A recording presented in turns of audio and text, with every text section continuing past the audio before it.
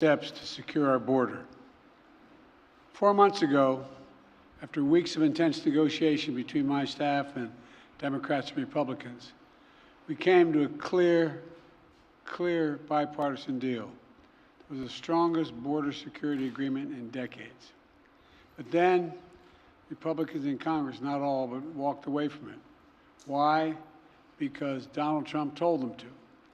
He told the Republicans, it has been published widely by many of you, that he didn't want to fix the issue, he wanted to use it to attack me.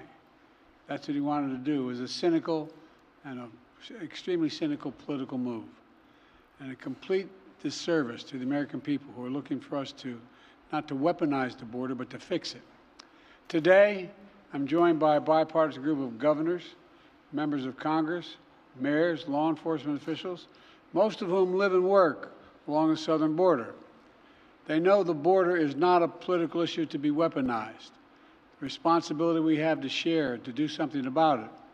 They don't have time for the games played in Washington, and neither do the American people. So today, I'm moving past Republican obstruction and using the executive authorities available to me as president to do what I can on my own to address the border. Frankly, I would have preferred to address this issue through bipartisan legislation, because that's the only way to actually get the kind of system we have now that's broken, fixed, to hire more Border Patrol agents, more asylum officers, more judges. But Republicans have left me no choice. Today, I'm announcing actions to bar migrants who cross our southern border unlawfully from receiving asylum. Migrants will be restricted from receiving asylum at our southern border unless they seek it after entering through an established lawful process. And those who seek to come to the United States legally, for example, by making an appointment and coming to a port of entry, asylum will still be available to them, still available. But if an individual chooses not to use our legal pathways, if they choose to come without permission and against the law, they'll be restricted from receiving asylum and staying in the United States. This action will help us gain control of our border, restore order into the process. This ban will remain in place until the number of people trying to enter illegally is reduced to a level that our system can effectively manage. We'll carry out this order consistent with all our responsibilities under international law, every one of them. In addition to this action, we recently made important reforms in our asylum system, more efficient and more secure reforms. The goal is to deliver decisions on asylum as quickly as possible. The quicker decision means that a migrant is less likely to pay a criminal smuggler thousands of dollars to take him on a dangerous journey, knowing that if in fact they move in the wrong direction, they're returned around quickly. And 2 weeks ago, the Department of Justice started a new docket in the immigration courts to address cases where people who've recently crossed the border they make a decision within 6 months rather than 6 years, because that's what happens now. Additionally, the Department of Homeland Security has proposed new rules to allow federal law enforcement to more quickly remove asylum seekers that have criminal convictions and remove them from the United States. My administration has also recently launched new efforts to go after criminal networks that profit from smuggling migrants to our border, and incentivize people to give tips to law enforcement, provide information that brings smugglers to justice. We're also sending additional federal prosecutors to hotspots along the border and prosecute individuals who break our immigration laws.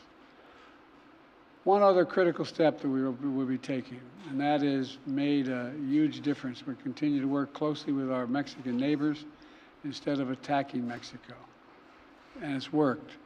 We've built a strong partnership of trust between the Mexican President López Obrador, and I'm going to do the same with the Mexican-elect President who I spoke with yesterday. We've chosen to work together with Mexico as an equal partner, and the facts are clear. Due to the arrangements that I've reached with President Obrador, the number of migrants coming and to our shared border unlawfully in recent months has dropped dramatically. But while these steps are important, they're not enough.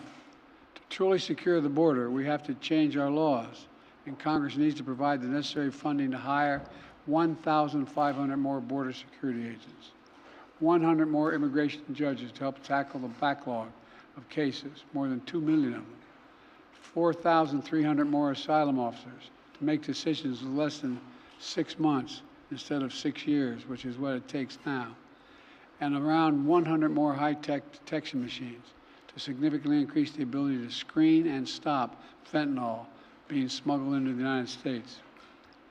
These investments were one of the primary reasons that the Border Patrol Union endorsed the bipartisan deal in the first place.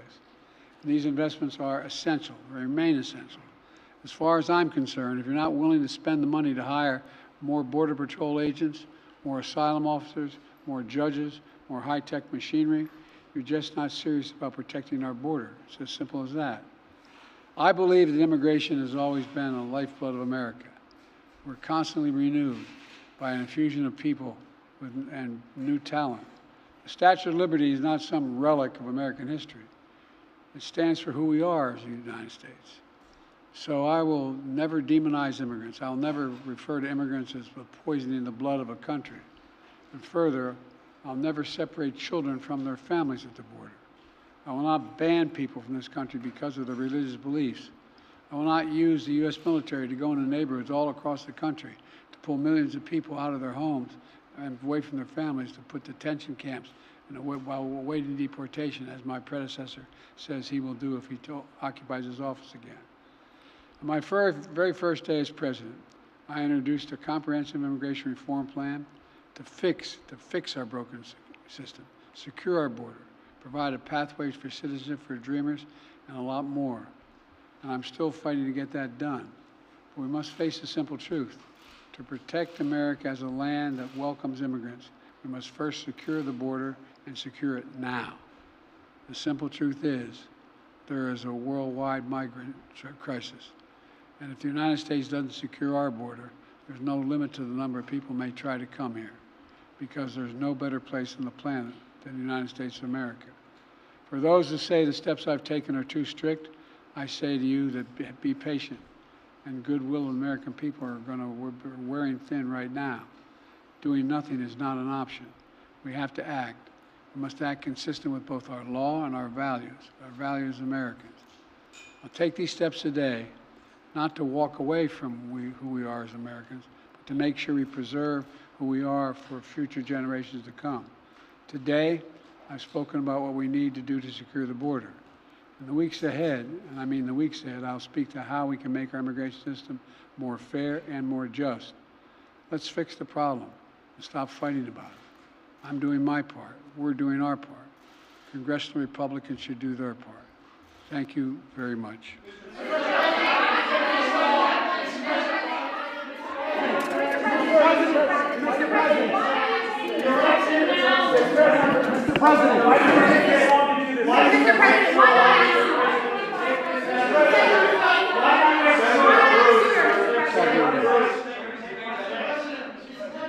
Playing politics with the war.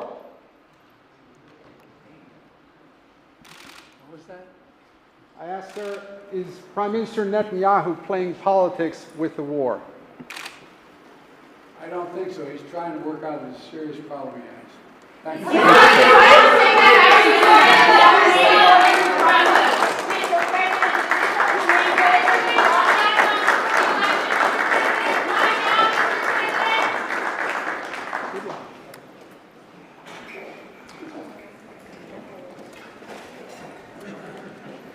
Keep it short.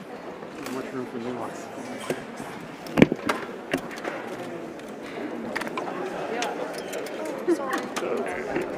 Appropriate.